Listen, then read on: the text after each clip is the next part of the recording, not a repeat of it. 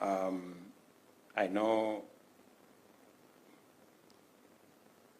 you have convened this meeting, as was explained to us, to reflect about 12 years and to listen to stakeholders, people who are affected by your decisions, people who,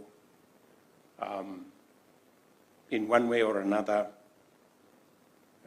become part of the court system. And unlike Sakaja, who has never been a client at the Supreme Court, I am a very consistent client at the Supreme Court. I have been brought before Chief Justice Mutunga. I have been brought before Chief Justice Maraga. I was the other day before Chief Justice Kome.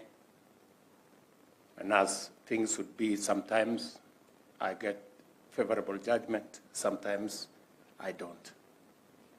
But in all cases, I have abided by what the decisions of the Supreme Court were. And therefore, it was, if there was a person to, as a stakeholder, to give an assessment, I think I qualify to be among the few people who have been before the Supreme Court many times. The Chief Justice referred to the 4 presidential elections that have been adjudicated by the Supreme Court. In all the 4, I have been a client.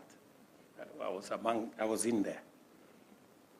And therefore, it is an honor for me to join you in commemorating 12 years since the establishment of Kenya's Supreme Court, an iconic institution that, along with devolution and the Bill of Rights, stands as one of the most transformative innovations in our progressive 2010 Constitution.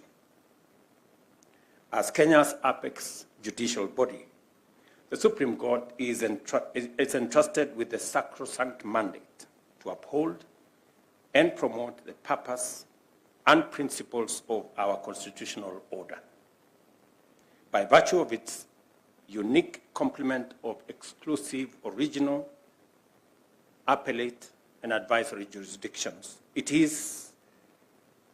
possesses the necessary authority to arbitrate, to advise, and to guide the institutions of our republic as they perform their roles of giving full expression to the will of the people as inscribed in our Constitution. The Supreme Court, therefore, serves a powerful symbolic role as the highest representation of the values and institutions of justice in our land and the fulfillment of people's determined quest for a judiciary grounded in inclusivity, fairness, justice, and constitutionalism.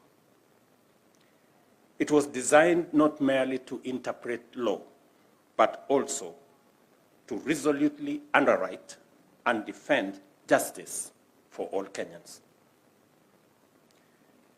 14 years after the promulgation of the Constitution, we continue on the journey of implementing the vision for a stable, secure, prosperous, open, and democratic society grounded in freedom, justice, and the rule of law.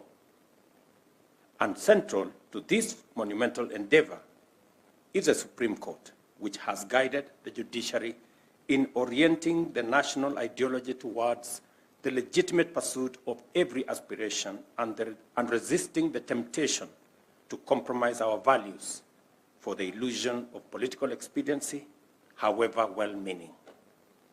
12 years after its establishment, it is difficult for us to imagine how the Republic of Kenya existed for many decades without a Supreme Court. It has helped us reject the many false dichotomies that once constrained our policies and politics, including the belief that freedom must be sacrificed for security and that democracy and stability are mutually exclusive or that sustainable development is the monopoly of the centralized government. We've had